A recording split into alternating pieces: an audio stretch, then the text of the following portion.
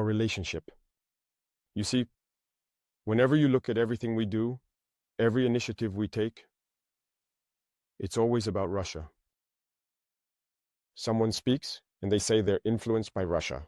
Everything that happens, it's Russia. Why do they have their eyes closed like that? So Africans aren't capable of developing anything. Africans aren't capable of inventing, innovating, or taking initiatives. That's what we're fighting against. And look at their speeches. Look at their speeches. Even the French president, always in his speeches, says that young Africans are influenced by Russia. It said, and if you listen to Western media, they spend all their time lying. And look today, the AES, which is a model that's starting to take shape, they can't go a single day without talking about Burkina or the AES. It's impossible for them. And every time they try to spread information, to divide, to manipulate the youth. But it doesn't work anymore. I think people are aware enough. Now people have their eyes open. Through communication, they managed to rewrite history. And as for African history, they schemed everything to spread lies. As a result, some young Africans don't even know the history of Africa or what Africa has accomplished.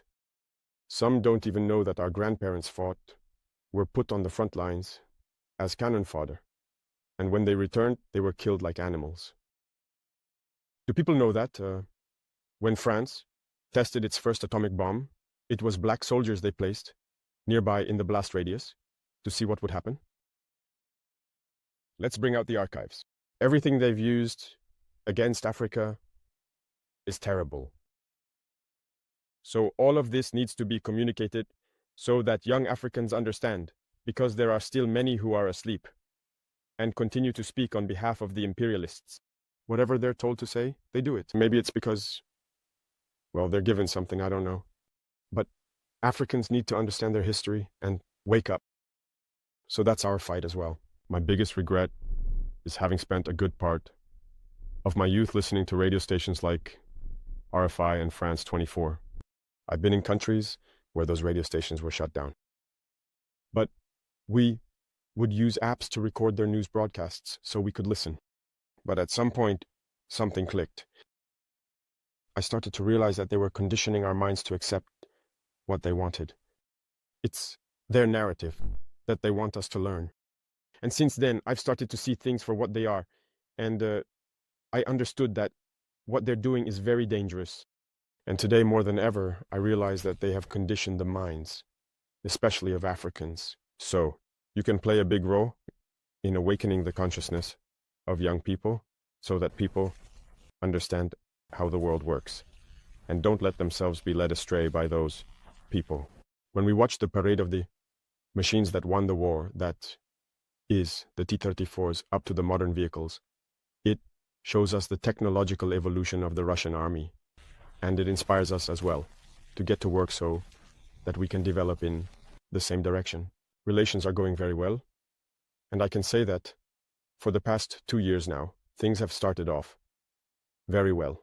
And we are working on deepening the areas of defense and security, but also education and, later on, the commercial sector and other aspects. So we have staggered the different areas so that we can exchange a lot and share many experiences, because we also have a lot to learn from Russia in the field of education, especially in the sciences. Now, it must be said that up to today, gold is the main export product in Burkina Faso.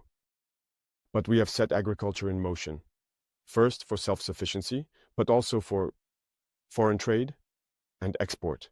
The terrorists are reinforced by many foreign fighters who come from elsewhere, who are not, in fact. If I take the case of Burkina Faso, there are many criminals in Burkina Faso, but they are not Burkinabe. There are also trainers who come from many countries to teach them a lot of techniques. But what is their interest? It's not really terrorism, it's imperialism. Their goal is to keep us in a state of permanent war, so that we cannot develop and so they can continue to plunder our resources. So they have every interest in bringing in specialists in mines to lay various types of mines and explosives experts. Today, the terrorists use drones to fight and everything. So these are professionals from certain countries who come to teach them all of this. All of this is to keep us in a state of insecurity.